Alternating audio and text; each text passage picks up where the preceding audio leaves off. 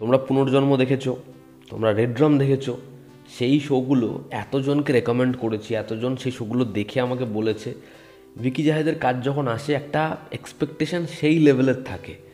কিন্তু তোমরা এটা স্বীকার করবে, পুনর্জন্ম যত এগিয়েছে সেটা আস্তে আস্তে গ্রিপটা হারিয়েছে এবং একটা টাইমের পরে মনেই হচ্ছিল জোর করে ইলংগেট করা। টিকিটের অ্যানাউন্সমেন্ট হলো, টিকিটের ট্রেলার দেখলাম, আমার তো ট্রেলারটা খুবই ভালো লাগলো এবং ডিরেক্টর ভিকি জাহেদ, এক্সপেকটেশান এই লেভেলে ছিল। তো এই শোটা হলো কেমন? চরকিতে এসেছে আজকে, আছে 6টা এপিসোড, প্রত্যেকটা এপিসোড ডিউরেশন 18 থেকে 30 মিনিটের মধ্যে। আমাকে যদি এক লাইনে এই শো দেখে আমার রিয়াকশান বলতে হয়, আমি বলবো আমি ভীষণভাবে ডিসঅ্যাপয়েন্ট হয়েছি। তার যতগুলো কাজ, সবথেকে দুর্বল কাজ হচ্ছে টিকিট। মানে আমি ভীষণভাবে হতাশ। যদি টিকিটের গল্পটা একটু করে বলি, দুজন যাদের পাশে বসা একজন ব্যক্তি বাস জার্নিতে, তিনি নিজের টিকিট মেলাচ্ছিলেন লটারির খবরের কাগজের সাথে। সেই সময় তাকে এরা দুজন মিলে খুন করে। এবার এই টিকিটটা কে পাবে, টাকাগুলো কে পাবে এবং কি কি বাধার সম্মুখীন হবে, সেগুলোকে কীভাবে ডচ করে যাবে, এই নিয়েই হচ্ছে এই শো। এর পজিটিভ দিক, নেগেটিভ দিক। আমি এই যে আইডিয়াটা বললাম ওয়ান লাইনারটা, এটা শুনতে না খুব ইন্টারেস্টিং। শোটা দেখার পরে যখন আমি ওই শুধু লাইনটা ভাবলাম, দেখলাম আইডিয়াটা খুব ভালো ছিল, বাট সেটাকে জাস্ট ওয়েস্ট করেছে স্ক্রিন প্লে। তো এর যে ইনিশিয়াল আইডিয়াটা সেটা খুব ভালো, সেটাকে যদি কেউ প্রপারভাবে ইউটিলাইজ করতে পারতো তাহলে হয়তো এই শোটাই খুব ভালো হতো। দ্বিতীয় হচ্ছে এর যে এন্ডিংটা, সেখানে শোটা একটু বেটার হয়। মানে প্রথম 5টা এপিসোডে শোটা জাস্ট এরকমভাবে পড়ে যায়, একদম পড়ে যায়। লাস্টে গিয়ে যে ভালো হয়ে যায় সেটা আমি বলছি না, বাট আগের থেকে একটু বেটার হয়। এবং এখানে সিয়াম আহমেদের পারফরমেন্সটা একটু বেটার বাদবাকিদের তুলনায়, কারণ এখানে পারফর্মাররা খারাপ নয়, তাদেরকে ব্যবহার করা হচ্ছে খারাপভাবে। এবং যাকে আমরা শুক্লপক্ষে দেখেছি, পুনর্জন্মে দেখেছি আফরান নিশোর রাইট হ্যান্ড হিসাবে, তার পারফরমেন্সটা বেশ বেশ ভালো, মেকিংটা ডিসেন্ট, ব্যাকগ্রাউন্ড স্কোরটা সেটা একটু বেটার ফিল করায়।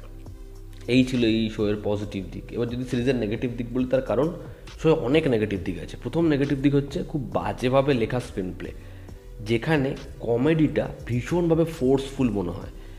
কমেডিটাকে জোর করে প্লেস করা হয়েছে এবং একটাও ডায়ালগ ল্যান্ড করছে না। ফলে যে ট্রেলারটা দেখে আমাদের মনে হচ্ছিল না এর মধ্যে হিউমার থাকবে, এটা একটা ডার্ক কমেডি অ্যাপ্রোচে বানানো, সেটা পুরোপুরি ওয়েস্ট, একদম হয়নি জাস্ট।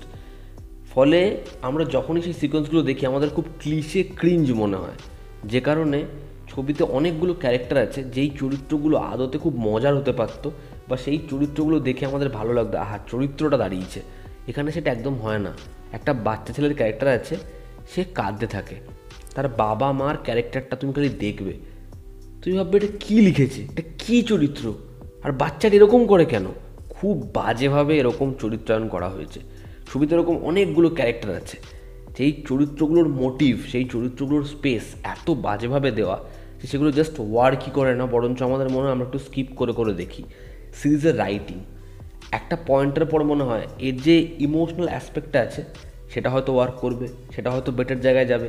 সেই জন্য হয়তো যে ভাইবসটা, থ্রিলের যে বুনটটা, সেটা একটু বোধহয় স্লো গতিতে এগোচ্ছে।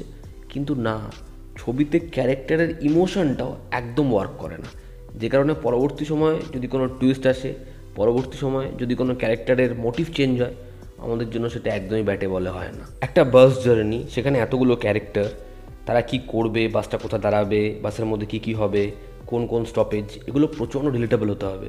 কিন্তু এই ছবিটা লাউড না হওয়া সত্ত্বেও সেটা রিলেটেবল হচ্ছে না। তার মানে বোঝা যাচ্ছে রাইটিংয়ের সমস্যা আছে। দ্বিতীয়, এখানে একটা চরিত্র তার একটা চরিত্রর কানেকশান, সেটা কীভাবে আসছে, কীভাবে ফেড আউট হচ্ছে, সেগুলোকে যেরকমভাবে দেখানো খুব অদ্ভুত।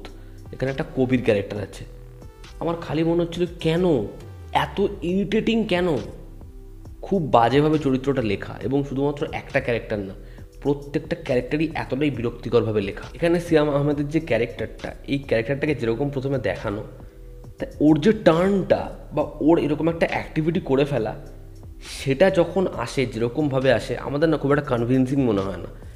তো এই চরিত্রটা যখন ওরকম কিছু ঘটাবে, সেই চরিত্রটার হাত পা কাঁপবে, সেই চরিত্রটার নেচারটা সেরকম কিছু হবে, কিন্তু আলটিমেটলি সেই চরিত্রটা কেন এরকম করছে বা ওই চরিত্রটার মধ্যে এরকম একটা দিক আছে, সেটাকে কখনোই পরিচালক প্রপারলি বুনতে পারেননি। মূলত ভিকি জাহেদের কাজে কিছু ক্যারেক্টারের কিছু অ্যাক্টিভিটিস, কিছু ডিসিশন, এমন একটা পরিস্থিতি, যেখানে সেই চরিত্রটা পাগলামি করছে বা সেই চরিত্রটা এমন একটা জিনিস করছে যেটা খুব ব্রুটাল, সেটা দেখা যায় না, কিন্তু তার জন্য কিন্তু তিনি বরাবরই একটা তার ফিলোসফি দেয় বা তার একটা অ্যাঙ্গেল দেয় যে কারণে সে এটা করছে, বা তার ওটা নেচার।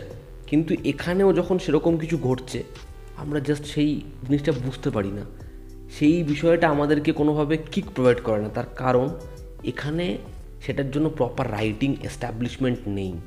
তা ওভারঅল আমার কাছে চরকির এই কাজ অর্থাৎ টিকিট খুব খুব দুর্বল একটা কাজ। আমি ভীষণভাবে ডিসঅ্যাপয়েন্ট হয়েছি। তোমরা যারা দেখেছো তোমাদের কেমন লেগেছে জানিও, আমার একদম পোষায়নি। তো এই ছিল আমার রিয়াকশন। তোমাদের রিয়াকশন কমেন্ট বক্সে জানিও। আবার দেখা হচ্ছে, জনতা আমাদের পাশে আছে। Love you all, stay bye, take care. আবার দেখা হচ্ছে।